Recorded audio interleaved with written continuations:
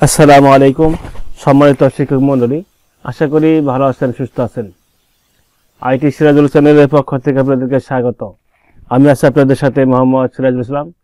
সম্মানিত শিক্ষক মণ্ডলী, বরাবরের ন্যায় আজকে আমি একটি নতুন ভিডিও নিয়ে আপনাদের সামনে উপস্থিত হয়েছি। যারা প্রাথমিক শিক্ষক বদলি অর্থাৎ 2025 সালে অর্থাৎ কয়েকদিন পূর্বে যারা বদলির জন্য আবেদন করেছিলেন তাদের জন্য আজকে ভিডিওটি খুবই গুরুত্বপূর্ণ, এবং কি যারা আবেদন করতে চান তাদের জন্য খুবই গুরুত্বপূর্ণ। সম্মানিত শিক্ষামণ্ডলী, যারা ইতিপূর্বে যারা বদলির জন্য অর্থাৎ একই উপজেলার মধ্যে বদলির জন্য আবেদন করেছিলেন তাদের আবেদনটি ইতিমধ্যে বাতিল করা হয়েছে এবং পুনরায় সময় নির্ধারণ করা হয়েছে। তাহলে আজকে আমি দেখে নেব সেই চিঠিটি কী রয়েছে এখানে।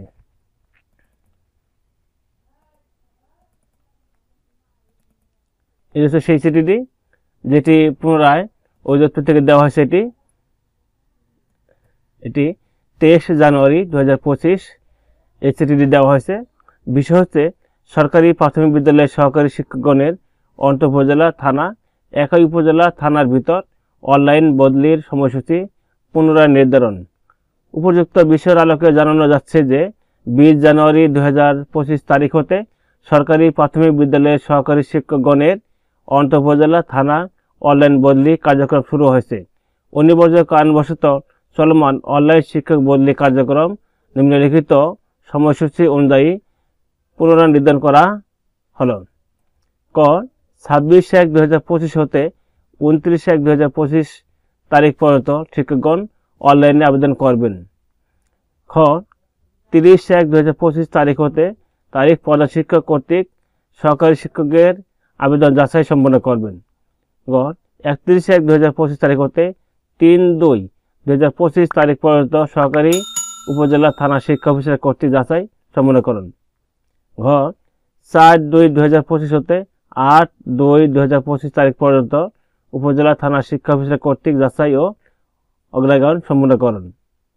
9/2/2025 তারিখ হতে 15/2/2025 তারিখ পর্যন্ত জেলা প্রাথমিক শিক্ষা অফিসার কর্তৃক সহকারী শিক্ষকের আবেদন যাচাই ও অনুমোদন সম্পন্ন করুন। উল্লেখ্য যে ইতিপূর্বে যারা আবেদন করেছেন তাদেরকে পুনরায় আবেদন করার জন্য নির্দেশক্রমে অনুরোধ করা হলো।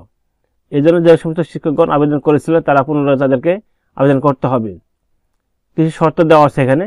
শর্তসমূহ: শিক্ষকগণ সর্বোচ্চ 3টি বিদ্যালয় পছন্দের কর্মানুসারে পছন্দ করবেন। তবে কোনো শিক্ষকের একাধিক পছন্দ না থাকলে শুধুমাত্র 1টি বা 2টি বিদ্যালয় পছন্দ করতে পারবেন। আবেদনের পরিপ্রেক্ষিতে বদলি আদেশ জারি হলে তা বাতিল করার জন্য পরবর্তীতে কোনো আবেদন গ্রহণযোগ্য হবে না। খ যাচাইকারী কর্মকর্তা প্রাথমিক ও গণশিক্ষা মন্ত্রণালয় হতে 10 অক্টোবর 2023 তারিখে জারিকৃত সর্বশেষ সম্মিলিত অনলাইন বদলি নির্দেশিকা 2023 অনুযায়ী আবেদনকারীর আবেদন ও অন্যান্য কাগজপত্রাদি যাচাই করে গ্রহণ করবেন। গ যাচাই করে কর্মকর্তা সতর্কতার সাথে যাচাই করবেন। ইতিপূর্বক প্রেরণ পরবর্তী যা তা পুনরায় বিবেচনা করার আবেদন গ্রহণযোগ্য হবে না। খ যাচাইকারী কর্মকর্তা প্রাথমিক ও গণশিক্ষা মন্ত্রণালয় হতে 10 অক্টোবর 2023 তারিখে জারিকৃত সর্বশেষ সম্মিলিত অনলাইন বদলি নির্দেশিকা 2023 অনুযায়ী আবেদনকারীর আবেদন ও অন্যান্য কাগজপত্রাদি যাচাই করে অগ্রাহ্য করবেন।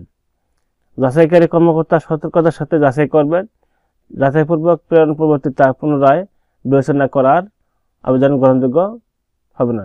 সম্মানিত শিক্ষামণ্ডলী, আপনারা যারা ইতিমধ্যেই আবেদন করেছিলেন তাদেরকে পুনরায় আবেদন করতে হবে। এই চিঠিটি আপনারা দেখলেন।